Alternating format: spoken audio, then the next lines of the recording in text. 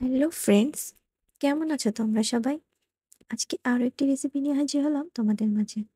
আর রেসিপিটি হলো মাটনের চর্বি দিয়ে ছোলার ডাল। এটা আমাদের রাতের ডিনার ছিল, আর এর সঙ্গে করা হয়েছিল রুটি। ভাবলাম তোমাদের সঙ্গেও রেসিপিটি শেয়ার করি, এই জন্য নিয়ে চলে এলাম। তো আমি প্রথমে ছোলার ডালটা দুটো বড় সাইজের পেঁয়াজ, ৮-৯ কোয়া রসুন আর কাঁচামরিচ আর লবণ দিয়ে সিদ্ধ করে নিয়েছি। এবার গ্যাসটা জ্বালিয়ে গোটা গরম মশলা, জিরে ও ধনে শুকনো কড়াইতে একটু ভেজে নেব।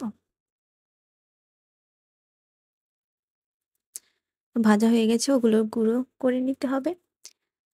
আর এবার কাঁচা লঙ্কা, পেঁয়াজ, রসুন আর আদার একটা পেস্ট করে নেব। আমি এভাবেই সব মশলা একসঙ্গে পেস্ট করি, তোমরা চাইলে আলাদাও করতে পারো। পেস্ট করা হয়ে গেছে, এবার কড়াইতে পরিমাণ মতো তেল দিয়ে দেব। কড়াইটা কিন্তু গরমই ছিল, যেহেতু জিরে গরম মশলা ভেজে নিলাম, তাই আর গরম করার দরকার নেই। তেলটা দিয়ে দেব।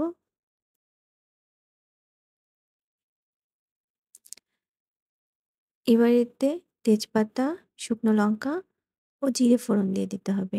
তেলটা আমি একটু কমই দিয়েছি, কারণ চর্বি থেকে অনেক তেল বেরোবে, এর জন্য।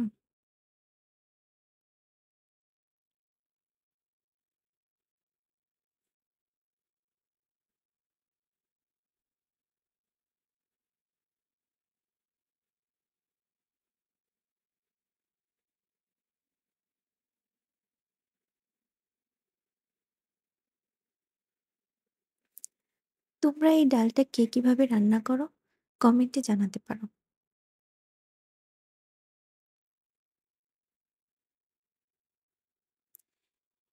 এবার পেঁয়াজ, রসুন, কাঁচা লঙ্কা, আদার যে পেস্টটা করেছিলাম সেটা দিয়ে একটু ভেজে নেব, যাতে পেঁয়াজ আর রসুনের কাঁচা গন্ধটা চলে যায়।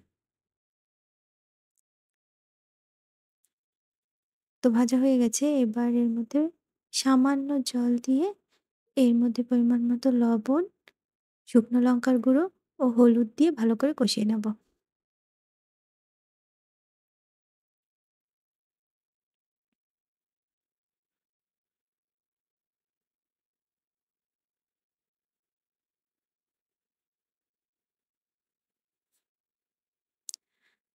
তো মশলাটা কষানো হয়ে গেছে, এবার এর মধ্যে চর্বিগুলো দিয়ে দেব।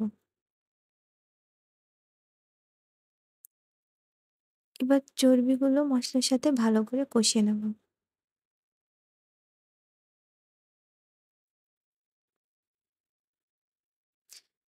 চর্বিগুলো কষানো হয়ে গেছে, এবার সিদ্ধ করা ডালটা এর মধ্যে ঢেলে দেব।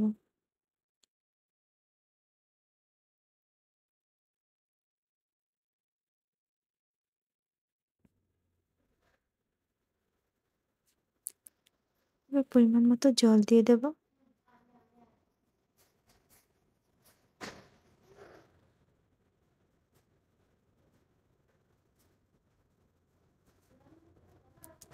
নামানোর আগে ভাজা মশলার গুঁড়োটা দিয়ে ভালোভাবে মিশিয়ে নামিয়ে নিলেই হয়ে যাবে মাটনের চর্বি দিয়ে ছোলার ডালের রেসিপি। এবার গরম গরম লুচি, পরোটা, রুটি বা পোলাওয়ের সাথে পরিবেশন করো আর এনজয় করো। এতক্ষণ সাথে থাকার জন্য অনেক ধন্যবাদ।